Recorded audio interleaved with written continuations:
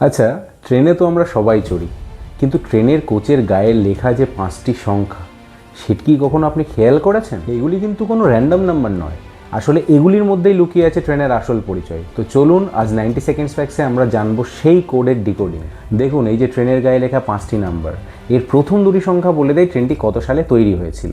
অর্থাৎ 12 দিয়ে যদি শুরু হয় তাহলে 2012 সালে এই ট্রেনটি তৈরি হয়েছিল, কিংবা 98 দিয়ে যদি চালু হয় তাহলে বুঝতে হবে যে ট্রেনটি 1998 সালে তৈরি হয়েছিল। ব্যাপারটা বেশ সহজ, তাই না? আর আসল খেলাটি হলো শেষ 3টে সংখ্যা নিয়ে।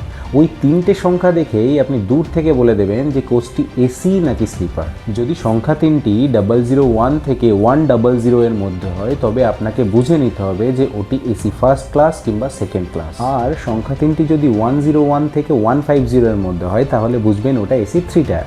151 থেকে 200 এর মধ্যে হলে ওটি এসি চেয়ার কার। আর আপনার প্রিয় স্লিপার ক্লাস চেনার উপায় হলো 201 থেকে 400 এর মধ্যে যে কোনো নাম্বার। আর যদি দেখেন নাম্বারটা 401 থেকে 600 এর মধ্যে, তবে বুঝে নিন ওটা জেনারেল ক্লাস, যেখানে সবচেয়ে বেশি ভিড় হয়। আর এই 5টি নাম্বারের পাশে দেখবেন বড় বড় অক্ষরে ইআর কিংবা এনইআর কিংবা এসিআর লেখা আছে। এটি বোঝায় ট্রেনটি ভারতের কোন প্রান্তে চলাচল করে।